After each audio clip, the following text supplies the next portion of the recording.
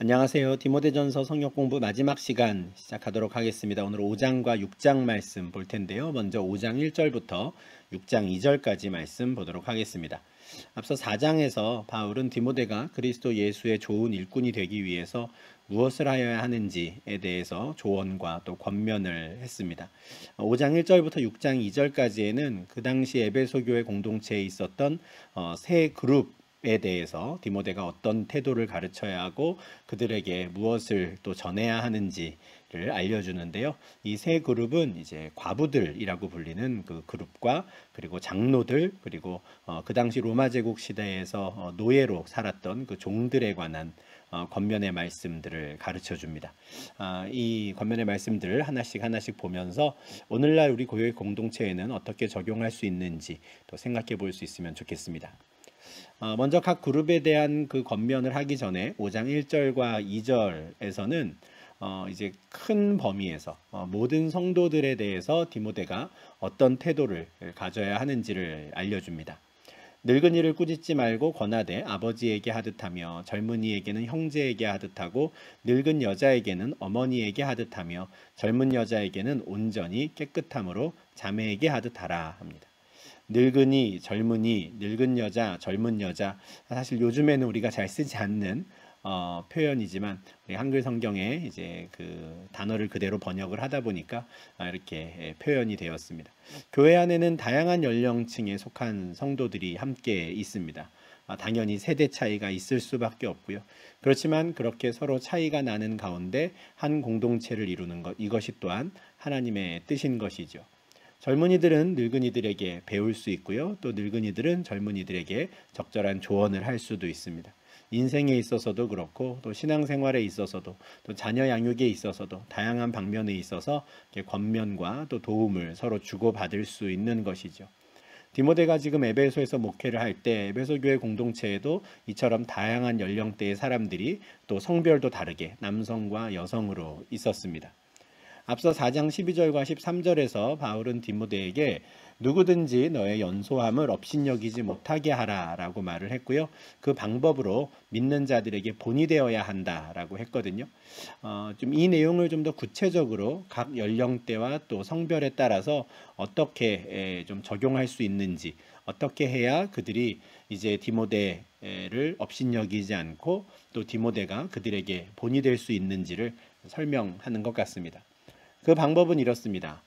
늙은이에겐 아버지에게 하듯하고 젊은이에겐 형제에게 하듯하고 늙은 여자에겐 어머니에게 젊은 여자에겐 자매에게 하듯하라 하는 것이죠. 가족들을 대하듯이 하라는 거예요. 근데 앞서 바울이 4장에서 너는 이것을 명하여 가르치라라고 이야기를 했었습니다. 그때 이제 이것이라고 하는 것이 바울로부터 받았던 참된 복음, 진리의 말씀인 것이죠. 그러니까 디모데가 이 진리의 말씀을 각 성도들에게 전하고 가르쳐야 하고 또 그 말씀에 따라 살지 않는 지체들이 있으면 권면해야 하거든요. 근데 그 모든 일들을 할 때 꾸짖거나 강하게 뭐랄까요? 탓하거나 정말 그냥 무섭게 해서는 안 된다라는 것이죠. 가족을 대하듯이 하라고 합니다. 아버지에게, 형제에게, 어머니에게, 자매에게, 특히 자매에게는 온전히 깨끗함으로 하라라고 합니다. 이와 같은 모습은 어쩌면 섬김의 리더십이라고 요즘에 많이 표현되는 그런 리더십을 이야기하는 것 아닌가 싶습니다. 마가복음 10장 43절과 44절에서 예수님께서 제자들에게 너희 중에 누구든지 크고자 하는 자는 너희를 섬기는 자가 되고 너희 중에 누구든지 으뜸이 되고자 하는 자는 모든 사람의 종이 되어야 하리라 하거든요. 하나님 나라에서는 다른 사람을 섬기는 자, 다른 사람의 종이 된 사람이 큰 자이고 으뜸이 된다 했어요. 이 말씀을 우리가 또 곡해해서 나는 하나님 나라에서 큰 자가 되고 싶으니 어떻게든 섬겨야겠구나, 어떻게든 종이 되어야겠구나, 이렇게 생각하면 안 되는 것이죠. 자연스럽게 다른 사람을 섬기는 자, 자연스럽게 기쁨으로 자기의 자유를 들여서 기꺼이 다른 사람의 종이 되는 자가 하나님 나라에서 큰 자라는 거예요. 왜 그렇습니까? 그런 사람은 예수 그리스도를 닮은 사람이기 때문에 그렇습니다. 예수님께서 이 땅에 오신 것 자체가 섬김을 받으려 함이 아니라 도리어 섬기려 하고 심지어 자기 목숨을 많은 사람의 대속물로 주려고 오셨던 것이거든요. 그러니까 만약에 우리 가운데 누군가를 섬기는 사람이 있고 누군가를 위해 희생하는 사람이 있다면 그 사람은 예수 그리스도를 닮은 사람인 것이죠. 예수 그리스도를 닮은 사람이니 당연히 그는 하나님 나라에서 큰 자가 되는 것입니다. 바울이 지금 디모데에게 바라는 모습이 아마 이런 모습인 것 같아요. 비록 그가 말씀을 전하고 가르쳐야 하는 그런 직책, 직분을 맡은 사람이지만 그것이 권력이 되어서는 안 된다라는 것이죠. 합당한 권위를 갖추는 것은 필요하지만 그러나 합당한 태도로 예의 있게 그 복음을 전해야 한다라는 겁니다. 이건 참 거짓의 문제를 넘어서는 또 다른 문제이죠. 태도의 문제입니다. 말씀을 전하는 자, 가르치는 자가 어떤 태도를 가지고 있느냐에 따라서 그가 전하는 것 또한 상대방에게 다르게 받아들여질 수가 있는 것이죠. 특히 자매들에 대해서는 온전히 깨끗함으로 하라라고 하는데 아마도 그 당시에 있었던 거짓 교사들, 거짓 선생들의 태도 때문에 더욱더 그 점에 대해 주의를 시킨 것 같습니다. 디모데후서 3장 6절과 7절에 보면 그들 중에 남의 집에 가만히 들어가 어리석은 여자를 유인하는 사람들이 있었다 그래요. 이 그들이 이제 거짓 교사들인데 거짓 교사들 중에 이 여인들을 타겟으로 하는 사람들이 있었다는 거예요. 그 집에 들어가서 희롱하기도 하고 또 조롱하기도 하고 또는 그들을 교묘히 가르쳐서 자기를 따르게 만드는, 그래서 결국에는 여러 가지 죄를 지게 만드는 그런 악한 교사들이 있었던 것이죠. 디모데는 그들과는 다른 모습을 보여야 했습니다. 그들이나 디모데나 말로는 다 그럴듯해 들렸을 거거든요. 일반 성도들 입장에서 디모데가 하는 말과 거짓 교사가 하는 말이 어떻게 차이가 있는지 사실 구분하기가 쉽지 않았을 겁니다. 그런데 그것을 구분시켜주는 것이 무엇입니까? 열매인 것이죠. 실제로 어떤 태도를 가지고 어떤 삶을 살며 진리를 전하느냐를 가지고 누가 참된 교사인지를 알게 되는 것입니다. 앞서 4장 12절에서 바울은 디모데가 말과 행실과 사랑과 믿음과 정절에 있어서 본이 되어야 한다라고 했는데 바로 이와 같은 것이죠. 연배가 높은 사람들을 함부로 대하지 않고 꾸짖지 않고 그들을 아버지를 대하듯 대하고 또 본인보다 연배가 낮다라고 해서 무시하거나 군림하지 말고 형과 같이 형제와 같이 대하고 또 연배가 있는 또 여성들을 대할 때에는 어머니를 대하는 것처럼 하고 또 어린 자매들을 대할 때에는 정말 친동생을 대하는 것처럼 그러나 깨끗함으로 하는 것입니다. 모든 행동과 사랑과 믿음과 정절에 있어서 본이 되어야 디모데가 전하는 그 복음 또한 그들에게 진리로 받아들여질 수 있기 때문에 그렇습니다. 이렇게 교회 공동체에 속한 모든 남녀노소들을 기본적으로 어떻게 대해야 하는지를 알려준 후에 이제는 공동체 안에 있는 첫 번째 큰 그룹 같아요. 이 과부들을 어떻게 대해야 하는지, 그들에게 무엇을 가르쳐야 하는지를 설명합니다. 5절과 3절인데요. 참 과부인 과부를 존대하라. 만일 어떤 과부에게 자녀나 손자들이 있거든 그들로 먼저 자기 집에서 효를 행하여 부모에게 보답하기를 배우게 하라. 이것이 하나님 앞에 받으실 만한 것이니라. 참 과부라는 표현이 나옵니다. 우리로서는 굉장히 좀 낯설고요. 그리고 특별히 오늘날 우리 각 교회, 특히 우리 교회에는 이 과부라고 불릴 만한 분이 사실은 이제 없습니다. 거의 대부분의 교회에 많지 않은데 그러나 이 당시 시대, 로마 제국 시대에는 과부라고 하는 사람들이 참 많았어요. 남편에게 이혼을 당하거나 또는 사별로 인해서 홀로 살게 되는 여인들이 있었던 것이죠. 근데 문제는 이 과부가 된 이후에 이 여인들의 생계가 참 막막했다라는 겁니다. 사회적인 보호막이 완전히 사라지는 상황이거든요. 남편이 없다면. 왜냐하면 결혼 전에는 그녀의 아버지가 그의 보호막이 되었는데 결혼 후에는 남편이 보호막이 되어 주어야 합니다. 그런데 남편이 없는 경우에 이 완전히 세상 밖으로 그냥 내쫓기다시피 하게 되는 것이죠. 안전상의 문제 또는 생계의 문제, 경제적인 문제 모든 일에 있어서 참 큰 어려움을 당하게 됩니다. 그래서 구약이나 신약이나 이 과부 그리고 고아를 가장 사회적으로 소외된 사람들을 일컫는 표현으로 이제 자주 언급하게 되는 것이죠. 에베소 교회 공동체에도 그 과부들이 많이 있었던 것으로 보이는데 바울은 디모데에게 참 과부는 존대하라라고 합니다. 이 존대하라라는 표현이 나중에 보겠지만 5장 17절에서 장로들을 존경하라라고 할 때 그 존경과 사실은 같은 의미의 단어이거든요. 그러니까 이 과부를 존대하라라는 건 단지 마음으로만 그들을 좀 신경 써줘라 정도가 아니라 실제적으로 구체적인 어떤 경제적인 도움이라든가 지원을 해야 한다라는 것, 그런 방식으로 존대하라라고 합니다. 물론 누가 참 과부인가에 대해서도 이제 앞으로 바울이 설명하겠지만 과부를 존대하라라고 하는 이 뉘앙스가 마치 나중에 이야기할 장로들을 존경하라 하는 것과 굉장히 좀 비슷한 맥락에서 이야기합니다. 이렇게 언급되는 것으로 보아서 아직까지 구체적으로 이 여인들에 대해서 구체적인 이름으로 직분이 주어지지는 않았지만 오늘날 한국교회 권사라고 하는 그 직분에 해당하는 그 역할을 이때부터 이미 이 과부라고 하는 이 사람들이 행해왔던 것 아닌가 좀 생각하게 되는 것이죠. 이와 관련해서는 우리가 말씀을 좀 계속 묵상하면서 좀 추가로 말씀드리겠습니다. 3절에서 바울은 디모데에게 참 과부인 과부를 존대하라 합니다. 그런데 이 과부들을 향한 하나님의 관심은 구약에서부터 신약 성경에 이르기까지 굉장히 일관되게 나타납니다. 신명기 10장 17절과 18절에서 하나님께서는 나는 고아와 과부를 위하여 정의를 행한다 라고 말씀하시거든요. 하나님께서 이 고아와 과부 또 나그네와 같이 사회적으로 소외된 자들, 사회의 안전망 밖에 있는 자들에게 늘 관심을 기울이셨어요. 이스라엘 백성들이 혹시 그들을 괴롭히진 않는지, 그들을 무시하진 않는지 지켜보시고 그에 따라 정의를 행하신다는 것이죠. 그냥 말씀으로만 이렇게 하시는 게 아니라 실제로 율법 가운데 어떻게 이 고아와 과부, 나그네와 같은 이 사회적인 약자를 도와야 하는지를 그 구체적인 방법으로도 알려주셨습니다. 신명기 14장에서 하나님께서는 이스라엘 백성들에게 이제 11조에 대해서 말씀을 하시는데요. 가나안 땅에 들어가면 이제 이스라엘 백성들은 열심히 농사를 짓게 될 텐데 그 땅의 소산의 이제 10분의 1을 예루살렘 성전으로 가지고 와야 합니다. 그렇게 제물로 하나님께 드려야 하는 것이죠. 이와 같은 행위를 통해서 그 땅에서 나는 소산이 하나님께서 주신 것임을 그렇게 고백하게 하시는 겁니다.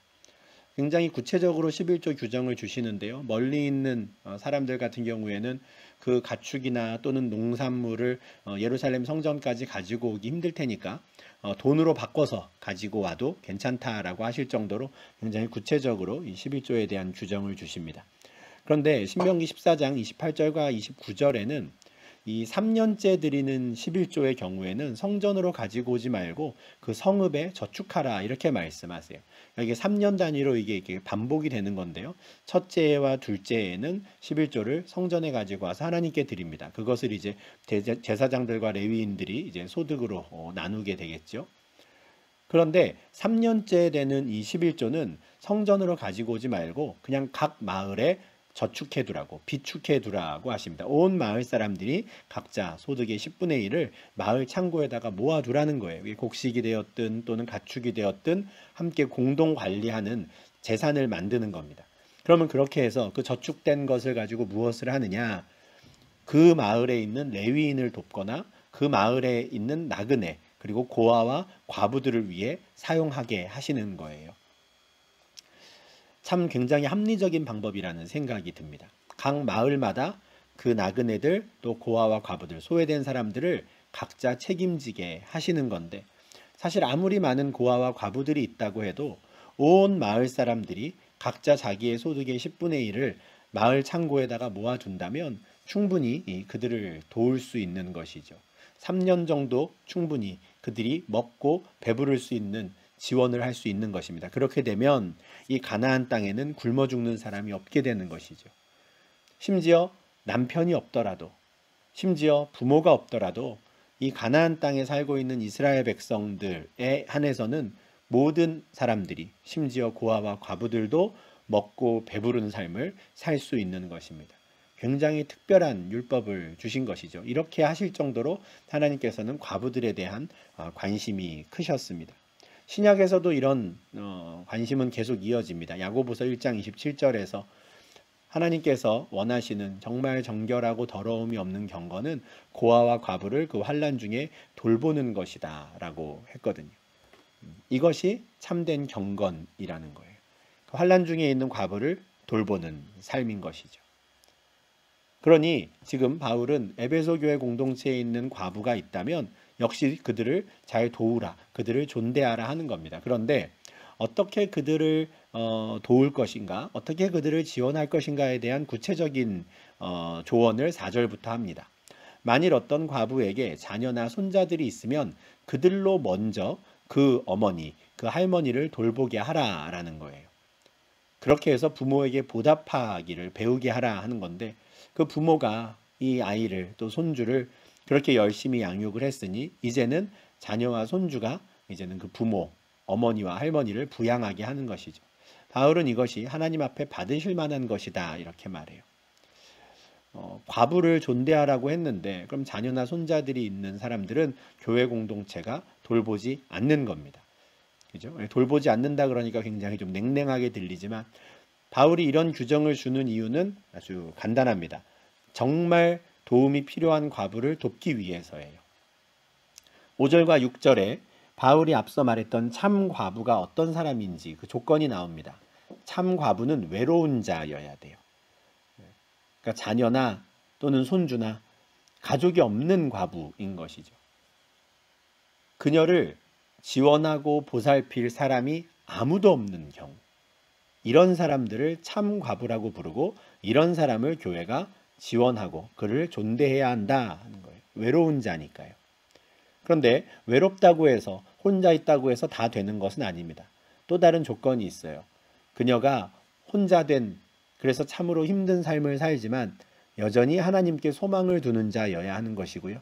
주야로 항상 간구와 기도로 하나님의 은혜와 긍휼을 구하는 삶을 살아야 하는 거예요. 그러니까 지금 우리 하는 말로 치면은 이런 힘든 일을 당하더라도 홀로 된다라는 것은 굉장히 고독한 일이고 힘든 일이죠. 인생에서 남편이 떠나고 자녀가 아무도 없습니다.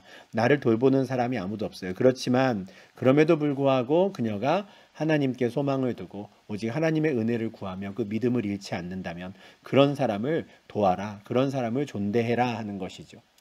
그런 사람이 과연 있을까 싶은데 물론 에베소 교회의 과부는 아니지만 누가복음 2장 36절 37절에는 지금 바울이 말하는 이 참 과부의 조건에 딱 들어맞는 사람이 나옵니다. 안나라고 하는 여선지자죠. 그녀는 7해 동안 결혼한 지 7년 동안은 남편과 함께 살았는데 과부가 되었대요. 남편과 사별한 것인지 아니면 버림받은 것인지 알 수 없지만 그 이후에 84세가 될 때까지 상당히 오랜 시간을 그렇게 홀로 지냈습니다. 그러나 끝까지 그녀는 믿음을 잃지 않았다는 것이죠. 성전을 떠나지 않고 주야로 금식하며 기도함으로 섬겼다는 거니까 이런 과부들이 이제 있다면 이런 과부를 바울은 참 과부라고 부르는 것이고요. 이런 사람을 존대하라라는 것이죠. 그러면 다른 사람도 있느냐? 다른 사람도 있죠. 과부가 되었는데 향락을 좋아하는 자, 그는 죽은 자와 마찬가지니 이런 사람은 지원하면 안 된다라는 거예요. 물론 이 향락을 좋아하는 자라는 거가 반드시 나쁜 의미로만 쓰일 수 있을까? 정말 이 과부가 남편을 잃은 이후에 정욕이 불타서 정말 그 육체의 즐거움을 쫓아 살아가는 그런 사람만을 의미하는가? 그렇지는 않을 것 같습니다. 물론 그런 사람들도 있었을 것이고 그래서 향락을 좋아하는 자라는 표현을 쓸 수도 있었겠지만 사실 이 당시에 과부가 되었을 때 그런 여인들이 돈을 벌 수 있는 유일한 방법은 자기 몸을 파는 것밖에 없었다 그래요. 사회가 그랬던 것이죠. 완전히 막다른 길까지 내쫓기게 되는 거예요. 그러나 그럼에도 불구하고 다른 선택의 여지가 없다 하더라도 그렇게 몸을 팔아서 생계를 유지하고 돈을 버는 것은 하나님께서 기뻐하시는 일이 아닌 것이죠. 하나님께서 금하신 일입니다. 그러니 하나님께서 금하신 방법으로 경제활동을 하는 자, 그들은 살았으나 죽은 자이다 하는 것이죠. 그러니까 그런 사람들은 구제 대상에서 제외해야 하는 것입니다. 그래서 참 과부는 자녀도 없고 손자도 없는 외로운 삶을 살지만 그러나 여전히 하나님께 소망을 두고 하나님께 긍휼을 구하는 그런 사람들을 참 과부라고 하고 그들을 존대하라라고 하는 거예요. 바로 이것을 그들에게 가르쳐라라고 지금 바울은 디모데에게 말합니다. 여기서 말하는 그들은 과부들을 의미할 수도 있고 또 과부의 자녀들 또 손주들을 의미할 수도 있습니다. 또는 향락을 쫓아가려고 고민하고 있는 또 다른 과부가 있다면 그녀도 그렇게 가르쳐야 하는 것이죠. 그래서 그들이 참된 하나님의 말씀 가운데 모두 거할 수 있도록 힘들지만 자녀들이 또 손주들이 어머니 또 할머니를 부양하고 또 외로운 자들 같은 경우에는 또 하나님께 소망을 두고 살아가는 책망받을 것이 없는 자 그리고 그런 자들을 교회가 도움으로써 또 그들도 시험에 들지 않도록 하라는 것이죠. 5장 8절에는 누구든지 자기 친족 특히 자기 가족을 돌보지 아니하면 믿음을 배반한 자요 불신자보다 더 악한 자다라는 말씀이 있어요. 이 유교적인 한국의 어떤 정서상 아주 딱 들어맞는 표현이 아닐까 이런 말씀이 아닐까 싶은데요. 성경은 효에 대해서 가르칩니다. 자기 가족을 돌보지 않는 자는 불신자보다 더 악하다 하거든요. 그러니 이제 홀로 된 어머니, 홀로 된 할머니를 자녀와 또 손주들이 그대로 두어서는 안 되는 것이죠. 이렇게 참 과부와 그렇지 않은 자를 구분해서 존대하라라고 합니다. 이렇게 3절부터 8절까지 지금 바울이 말하는 이 과부에 대한 내용은 아무래도 구제의 대상으로서의 과부를 말하는 것 같아요. 어떤 사람들을 지원하고 도와야 하는가에 대한 권면이죠. 그런데 9절부터는 조금 다른 맥락의 말씀이 이어집니다. 똑같이 과부에 대한 내용이 나오는데 명부에 올리는 자가 나와요. 참 과부와는 조금 다른 건가라는 생각도 좀 드는데 9절과 10절 내용을 한번 보십시오. 과부로 명부에 올릴 자는 나이가 60이 덜 되지 아니하고 한 남편의 아내였던 자로서 선한 행실의 증거가 있어 혹은 자녀를 양육하며 혹은 나그네를 대접하며 혹은 성도들의 발을 씻으며 혹은 환난 당한 자들을 구제하며 혹은 모든 선한 일을 행한 자라야 할 것이요. 이건 참 과부와는 좀 다른 사람들 같거든요. 그저 이렇게 지원의 대상으로서의 과부가 아니라 명부에 올린다라고 하는 이것은 앞서 3장에서 바울이 감독과 집사라고 하는 그 직분에 대한 이야기를 할 때와 상당히 비슷한 맥락의 말씀들이 이어지는 거죠. 누가 감독이 될 수 있는가, 누가 집사가 될 수 있는가, 그 3장에서 우리가 이미 보았던 그 조건들을 쭉 따져보면 지금 5장 9절과 10절에서 바울이 과부로서 명부에 올라갈 수 있는 사람은 이런 사람들이다라고 하는 이 조건과 별반 다르지 않는 것이죠. 그렇다면 어쩌면 그 당시에 에베소 교회에는 과부로 명부에 올려서 그들에게 여성 사역자로 활동할 수 있도록 그렇게 기회를 제공했던 것은 아닌가 하는 생각을 하게 되는 것이죠. 과부에게 지원을 하고 도움을 주지만 이 명부에 올린 과부는 정당하게 본인이 교회 공동체를 살피는 돌보는 일을 하고 그 일에 대한 대가로 사례비를 받는 사람들, 지금의 여성 사역자와 같은 일을 했던 것이 아닌가 하는 거죠. 이거는 분명히 앞서 3절부터 8절까지 얘기했던 구제의 대상으로서의 과부와는 조금 다른 맥락의 역할인 겁니다. 그러다 보니 조건도 굉장히 까다로워요. 그러고 보면 제가 3장 11절에서 여자들도 이와 같이 정숙하고 모함하지 아니하며 절제하며 모든 일에 충성된 자라야 할지니라 라고 했던 이 말씀을 보았던 게 또 좀 생각이 납니다. 사실은 좀 감독과 집사라고 하는 그 직분에 대한 내용을 이야기하다가 사실 중간에 좀 뜬금없이 들어간 말씀이었거든요. 뜬금없다고 말씀드린 이유가 감독과 집사는 한 여자의 남편이라고 하는 성별이 명확하게 구분이 되어 있었거든요. 그런데 집사에 대한 이야기를 하다가 갑자기 어떤 여자들에 대한 이야기를 하는 것이죠. 그리고 그 여자들은 이와 같아야 한다. 감독이나 집사와 똑같은 조건이어야 한다 했었어요. 그들은 정숙하고 모함하지 않고 절제하고 모든 일에 충성된 자라야 한다 이랬었거든요. 이때도 얼핏 말씀을 드렸지만 이 여자들은 여성 사역자들을 말했던 것 같고요. 그러면 에베소 교회 여성 사역자들은 누구였느냐? 명부에 이름을 올린 과부들이었을 것이다. 이렇게 추정을 하는 것이죠. 이게 무리한 추정은 아닌 것이 클레멘트라고 하는 2세기 후반에 교부가 쓴 글들을 보면 교회 공동체 안에 직분으로서의 과부가 있었다고 합니다.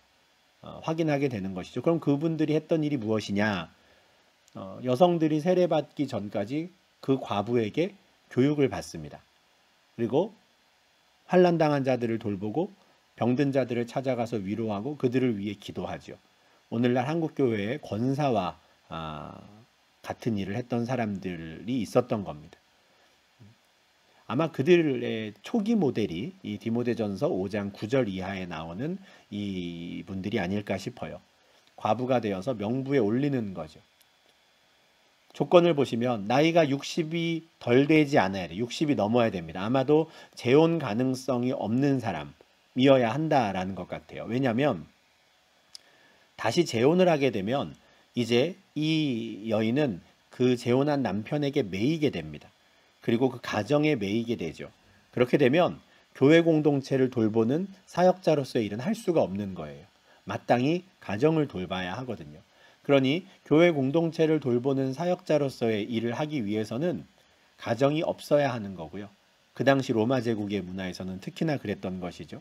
그래서 재혼 가능성이 없는 60 이상이 된 과부들을 명부에 올리고 그들에게 사역의 기회를 주고 또 그들을 이게 또 정당한 사례비를 지급하는 식으로 또 그들의 삶을 도왔던 것 같습니다. 이 사람들은 한 남편의 아내여야 해요. 감독과 집사가 한 여자의 남편이어야 했던 것처럼 반대되는 규정이죠. 무엇입니까? 정결한 삶을 살았다라는 거예요. 향락을 쫓지 않는 자라는 것이죠. 그리고 일상 삶에 있어서 이미 선한 행실의 증거가 있는 사람. 모든 성도들이 그 사람이라면 우리를 도울 수 있지라고 인정할 만한 사람이어야 하는 겁니다. 선한 행실의 증거는 이것들 중에 하나면 되는 것 같아요. 자녀를 양육 잘했느냐, 나그네를 대접했느냐, 성도들의 발을 씻느냐, 환난당한 자들을 구제하느냐, 모든 선한 일을 행하는 자냐. 이런 사람이라면 명부에 올리고 일의 기회를 주는 것이죠. 이와 같이 여자들도 정숙하고 모든 일에 충성된 자, 이런 사람을 찾아서 남자에게는 감독과 집사의 역할을 맡기지만 여자들에게도 또 다른 사역의 기회를 주는 것이죠. 11절 12절에 젊은 과부는 올리지 말라라는 말씀이 있습니다. 왜냐하면 그들이 정욕으로 그리스도를 배반할 때에는 시집 가고자 함이니 처음 믿음을 저버렸으므로 정죄를 받는다. 그래요. 젊은 과부에 대해서 굉장히 좀 부정적인 뉘앙스가 나오는데요. 미리 좀 양해를 구하면 11절부터 14절까지 또 15절까지 쭉 이어지는 내용들을 보면 바울이 이 젊은 과부들에 대해서 굉장히 좀 경계하는 모습을 보입니다. 굉장히 강한 표현들로 그들에게 좀 부정적인 말씀을 전해요. 아마 그렇게 된 데에는 좀 이유가 있는 것 같습니다. 그들을 타겟으로 하는 또 거짓 교사들이 있었기 때문일 텐데 일단 바울은 이 젊은 과부는 올리지 말라 그래요. 왜냐하면 결혼 가능성이 여전히 남아있기 때문에 그렇습니다. 고린도전서 7장 8절과 9절에서 바울은 결혼하지 않은 자들과 과부들에게 말하는데 웬만하면 나처럼 지내는 것이 좋다 해요. 만일 절제할 수 없거든 결혼하라 하죠. 고린도전서를 바울이 쓸 때만 해도 바울은 결혼하는 것에 대해서 굉장히 좀 부정적이었습니다. 왜냐하면 아마 예수님이 곧 오신다고 생각했기 때문인 것 같아요. 예수님이 곧 오시는데 우리가 지금 결혼을 해서 내 남편을, 내 아내를 기쁘게 하는 삶을 살려면 주님 오실 준비를 하기에 합당하지 않다라고 생각한 것 같아요. 그래서 웬만하면 그냥 지내는 것이 좋은데 그러나 만일 절제할 수 없거든. 그래서 육체의 정욕이 불같이 타는 것 같거든 결혼하라고. 죄를 짓는 것보다는 결혼하는 게 낫다고. 약간 결혼을 좀 차선책처럼 말을 하는 것이죠. 그러나 이제 에베소서라든지 또 디모데전서도 마찬가지입니다. 물론 과부들의 경우에는 또 이 젊은 과부에 대해 조금 부정적인 내용도 있지만 내용을 보면 차라리 그들에게 결혼을 하게 해라라고 이야기를 하거든요. 그래서 조금 후반기로 갈수록 조금 그의 생각이 결혼에 대한 생각이 달라지는 것 같은데 젊은 과부들은 명부에 올리지 말라라고 했던 것은 아마 절차상의 이유도 있었던 것 같습니다.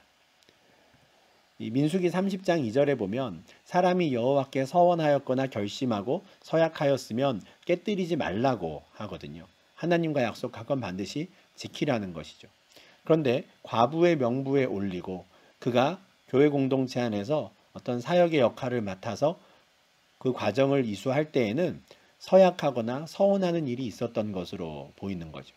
감독과 집사는 안수하여 세웠듯이 또 여성 사역자들도 내가 이제 남은 인생을 그렇게 이 공동체를 위해 한번 헌신하겠습니다. 일하겠습니다라고 서약을 하는 걸 텐데 결혼하는 순간 그 공동체를 위해선 일할 수가 없게 되거든요. 그래서 그 약속을 깨뜨릴 수밖에 없는 겁니다. 그러다 보니 가급적이면 젊은 과부들은 배제해라라고 말하는 것 같아요.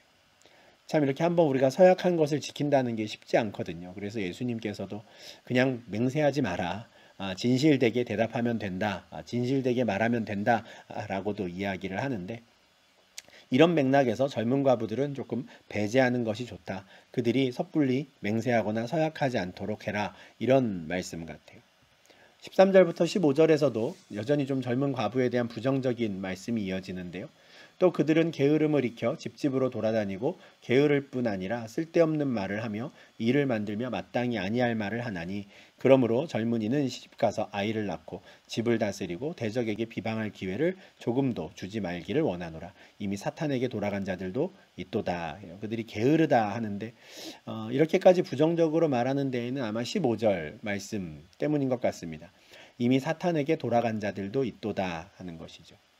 앞서 어떤 교직 교사들이 그 여인들을 타겟으로 해서 그들을 미혹하는 일이 있었다라고 말씀을 드렸어요. 그래서 상대적으로 디모데는 삶으로 또 본을 보여서 거짓 교사들과는 다른 모습을 나타내라라고 바울이 권면을 했는데, 그렇게 거짓 교사들에게 미혹되어서 그렇게 젊은 과부들, 그 여인들 중에 그들의 편에 선 사람들이 있었던 것 같고, 그들이 집집마다 돌아다니며 분란을 일으키는 것이죠. 쓸데없는 말을 해서 오히려 공동체가 힘들어지도록, 공동체가 와해되도록 해버리는 겁니다. 그러다 보니 아예 일찌감치 지금 현재 상황에서 에베소의 교회에서는 젊은 과부들이 그렇게 여러 집들을 다닐 수 있는 조건 자체를 차단하고자 하는 것 같아요. 그래서 젊은 과부들은 명부에 올리지 않도록, 차라리 그들은 다시 재혼을 해서 아이를 낳고 집을 다스릴 수 있도록, 그 집안일을 하면서 이 교회 공동체를 어지럽히는 일을 하지 않을 수 있도록 차라리 그렇게 지도해라 라고 말씀하는 것이죠. 왜냐하면 이미 사탄에게 돌아간 자들도 있기 때문에 그렇습니다. 그래서 이와 같은 말씀들은, 물론 과부라고 하는 이 직책이 지금 우리 교회, 현대 교회에는 적용되기도 어렵지만, 이 내용 자체도 이 에베소 교회가 워낙 지금 거짓 교사들로 인해 이 젊은 여인들이, 젊은 과부들이 많이 미혹된 상태였기 때문에 바울이 이렇게까지 좀 시니컬하게 부정적으로 그들에 대해 이야기한다라는 것을 우리가 좀 한편으로 이해하면서 또 우리가 말씀을 묵상할 수 있으면 좋겠습니다. 16절에는 또 마지막으로 이제 과부들을 어떻게 도와야 하는지에 대한 권면이 있는데요.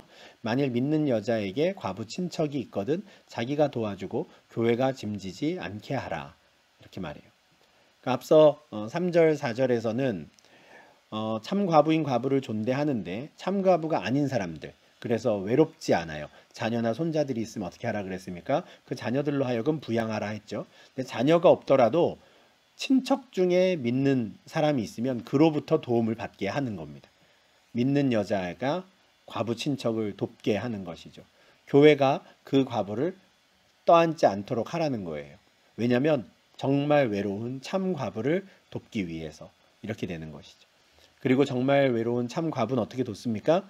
일단 그들을 그에 합당하게 존대하며 지원하고 또 그들을 마음으로 위로하지만, 또 그들 가운데 60세 이상이 된 과부들의 경우에는 본인들이 또 원하는 경우에는 그 서약을 하게 하고 명부에 올려서 정말 교회 안에서 직분자로서 정상적으로 사역을 감당하며 정당한 또 사례비를 받을 수 있도록 그렇게 도우라라는 것이 이 과부들 그 그룹에 대한 바울의 권면입니다. 17절부터 25절까지는 이제 장로들 그룹에 대해서 바울이 어떻게 해야 하는지, 어떻게 무엇을 가르쳐야 하는지를 설명하는데요. 17절과 18절입니다.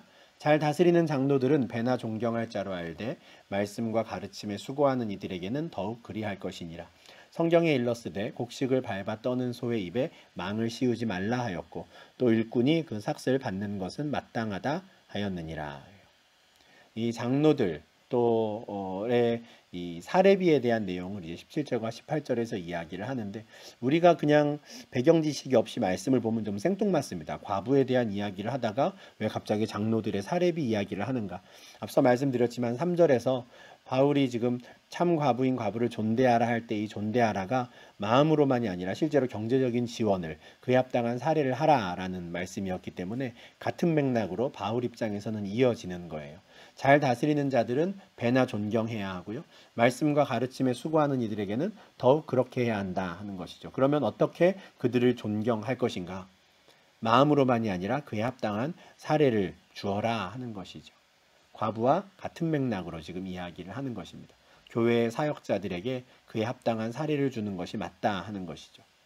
잘 다스리는 장로, 또 말씀과 가르침에 수고하는 이들, 이렇게 두 역할로 좀 구분되는 듯한 표현이 있어서 장로교 전통에서는 지금 5장 17절을 목사와 장로의 역할 구분으로 저희가 많이 생각을 합니다. 그러니까 목사도 장로의 한 사람인데 잘 다스리는 장로가 지금 우리가 말하는 장로고요.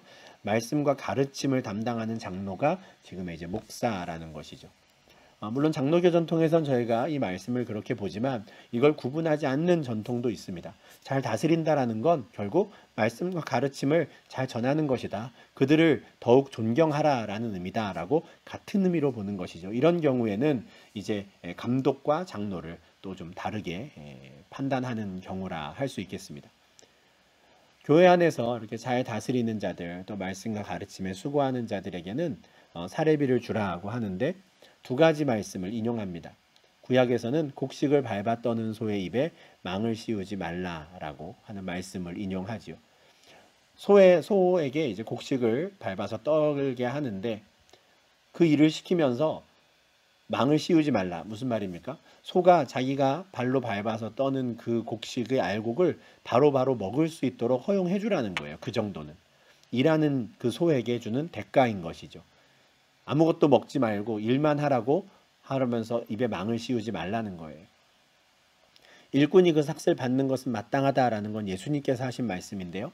마태복음 10장 10절입니다. 예수님께서 제자들을 이제 파송하시며 예수님께서 하신 일들을 대신하게 하실 때 먹을 것 챙겨가지 마라 라고 하시거든요. 일꾼이 자기의 먹을 것 받는 것이 마땅하다 합니다. 누가복음 10장 7절에서도 있습니다. 복음을 전하러 어느 마을에 들어가면 어느 그곳에서 처음으로 그들을 반기고 영접하는 그 집에 들어가서 먹고 마셔라 하는 거예요. 그 사람을 통해서, 그 집을 통해서 내가 너희에게 주는 품삯이다 이렇게 말씀하시는 거죠. 내 일을 대신해서 너희가 간 것이니 그 삭을 내가 주겠다. 그것이 그 집에 머물며 먹고 마시게 되는 것이죠.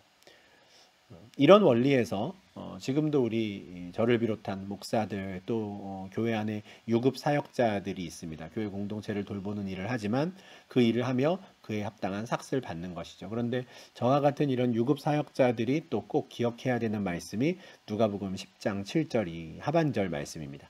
이 집에서 저 집으로 옮기지 말라 하는 것이죠. 이게 무슨 말이냐면 어느 마을에 복음을 전하러 들어갔을 때 그를 처음으로 반기는 제자를 처음으로 맞이하는 영접하는 집이 있다면 그 집에서 먹고 마시는 겁니다. 근데 그곳에서 복음을 전하다 보면 다른 집에서 이 사람을 제자를 데리고 가려고 할 때가 있을 거예요. 좀 더 뭐 여유가 있거나 좀 더 부잣집에서 이 사람을 데리고 가려고 할 때 그 집에 가면 분명히 더 잘 먹을 수 있을 것이고 더 좋은 방에서 머물 수 있겠지만 옮기지 말라라는 것이죠.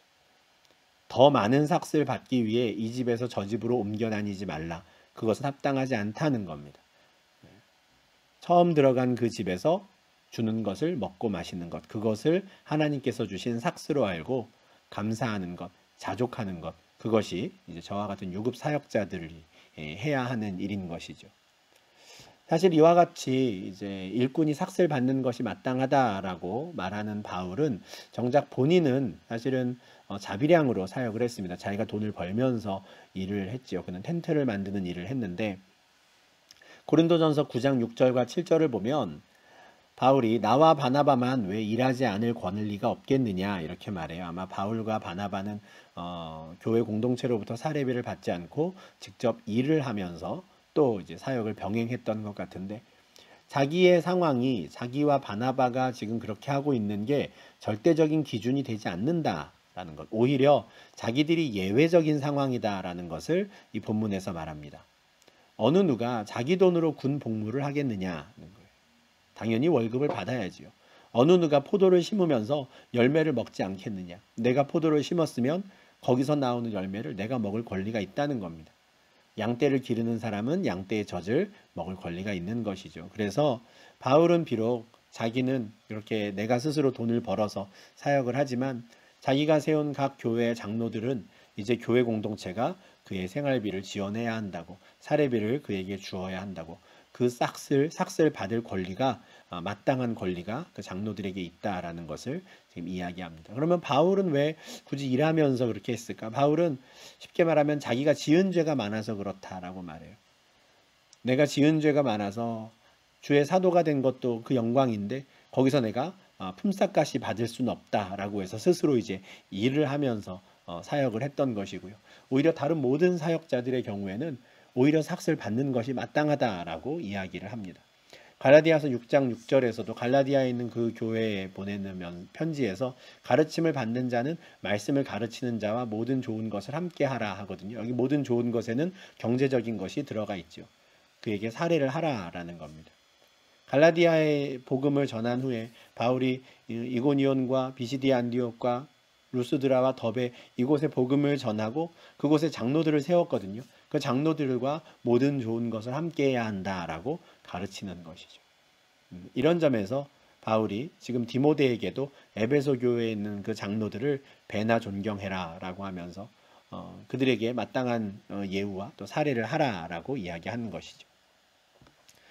19절과 20절에서는 장로에 대한 고발을 다룹니다. 그렇게 장로들을 배나 존경할 자로 알아야 하듯이 장로들에 대한 고발과 고소는 아주 신중하게 이루어져야 합니다. 이 장로들이 교회 공동체를 다스린다라는 것은 뭐 예배를 인도하고 또 예배를 주관하고 대외적인 행사의 대표가 되고 하는 것도 있지만 각 성도들이 올바르게 하나님 말씀에 충실히 살아가는가를 살펴보고 그들을 다스리고 지도하는 역할을 해야 되거든요. 치리를 하는 것이죠. 그러나 장로도 다 같이 다른 성도들과 함께 선한 목자 되신 예수님을 따라가는 사람입니다. 그러면 당연히 장로의 행동도 치리를 받아야 할 때가 있는 것이죠. 뭔가 죄를 범한 장로가 있다면 당연히 고발이 이루어질 겁니다. 그런데 장로가 맡고 있는 직책이 워낙 중하다 보니 두세 증인이 없으면 받지 말라 해요. 이것은 사실 당연합니다. 왜냐하면 그 당시에 이미 거짓 선생들이 많이 있었잖아요. 만약에 그 거짓 교사 한 사람이 나타나서 작정하고 디모데를 험담하고 모함하고 없는 이야기를 막 있는 것처럼 지어내서 고발하려고 할 때 두세 증인이 필요 없다 그러면 너무 쉽게 공동체가 무너질 수 있겠죠. 그래서 반드시 장로에 대한 고발은 두세 증인이 있어야 한다라고 해요.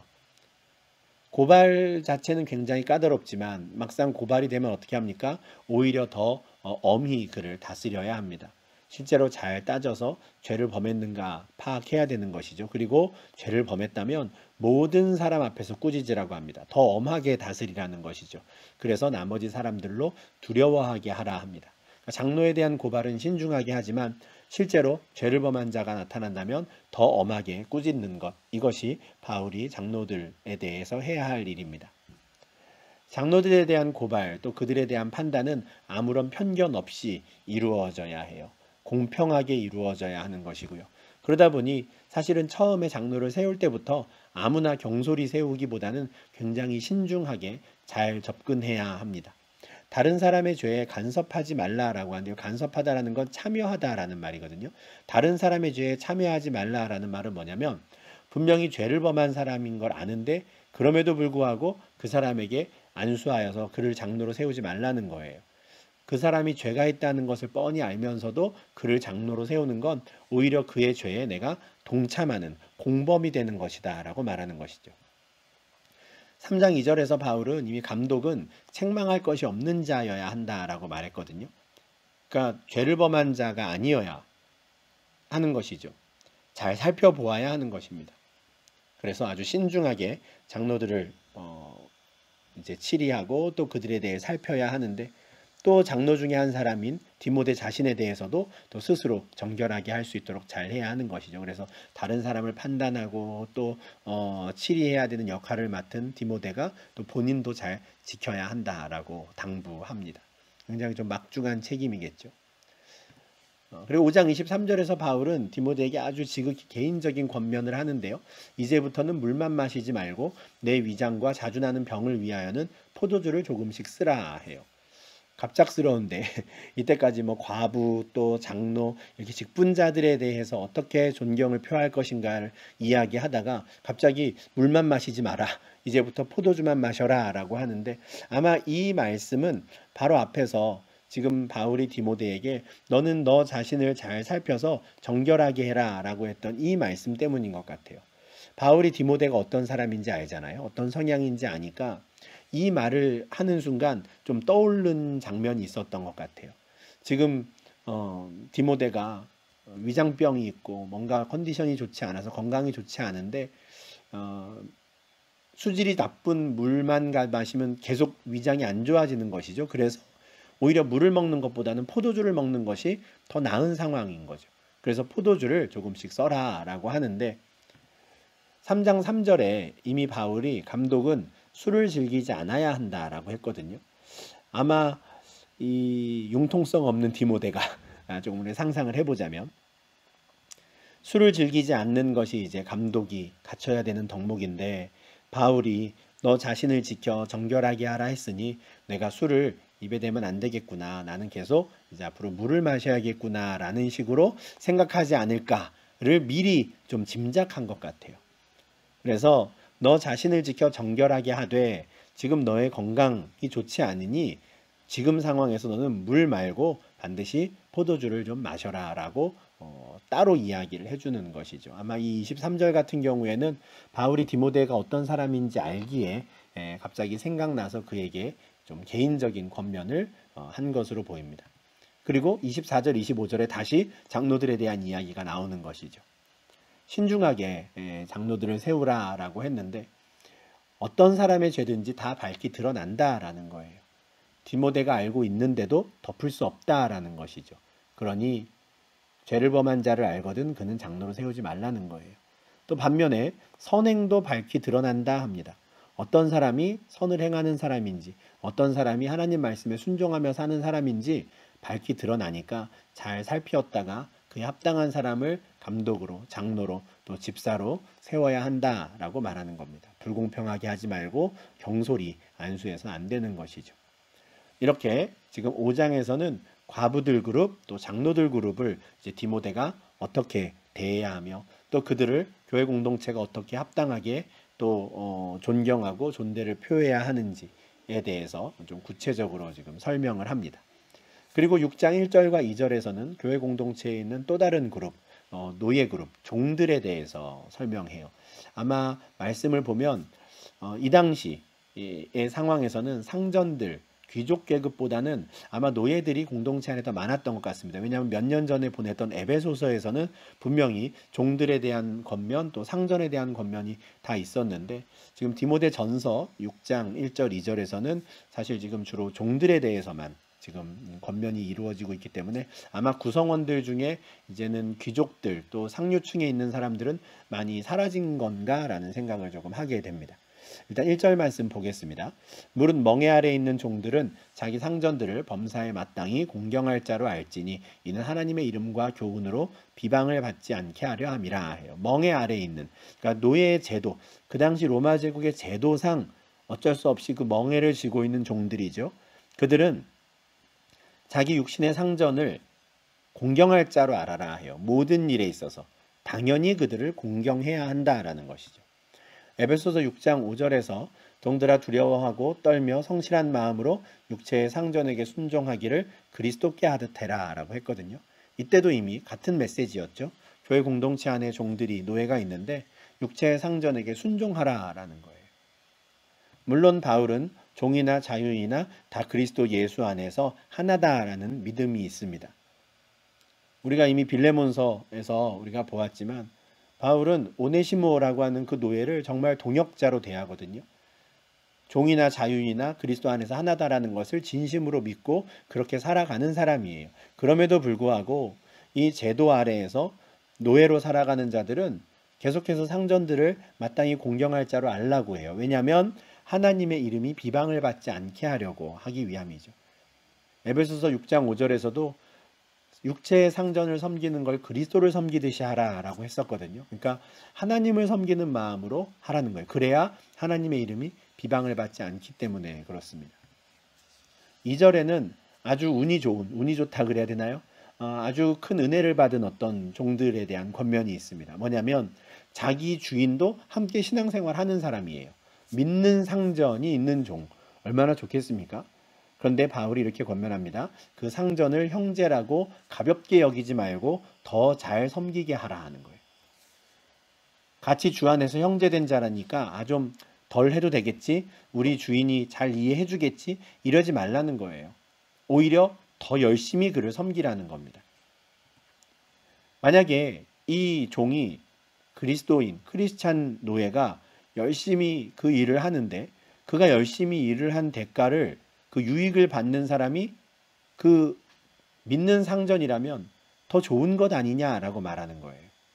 우리가 형제를 사랑하라라고 말하는데 노예로서 일을 하는 그 대가, 그 유익이 나의 주 안에서 형제된 자, 그 믿는 상전, 하나님의 사랑을 받은 그 사람이 그 유익을 받는다면 차라리 더 잘된 것 아니냐라고 말하는 것이죠. 너는 이것들을 가르치고 권하라 합니다. 우리가 에베소서에서도 또 말씀을 드렸지만 바울을 비롯해서 성경은 이 당시의 제도를 그대로 존중합니다. 이거는 로마 제국뿐만 아니라 오고 오는 모든 세대도 마찬가지예요. 그리스도인들은 지금 이 땅의 제도 또 이 땅의 위정자들의 상황들을 일단은 받아들여야 합니다. 나의 생각과 다르다고 해서 나의 성향과 다르다고 해서 거부하면 안 되는 것이죠. 이것을 그대로 받되 그 안에서 나는 그리스도인으로서 무엇을 해야 하는가? 그것을 고민하며 그리스도인으로서 합당한 삶을 살아감으로써 이 사회를 변혁해가는 것. 이게 그리스도인의 참된 모습이라고 성경은 말씀합니다. 이런 맥락에서 디모데전서 6장 1절과 2절에 이 노예들, 종들에 대한 바울의 권면 또 하나님의 말씀도 우리가 이해할 수 있으면 좋겠습니다. 이렇게 5장 1절부터 우리가 6장 2절까지 교회 공동체의 남녀노소를 대할 때 이제 디모데가 어떻게 해야 되는지 또 과부들, 장로들 또 종들에게는 무엇을 가르쳐야 하고 어떻게 권면해야 하는지 어떻게 그들을 대해야 하는지를 설명을 했습니다.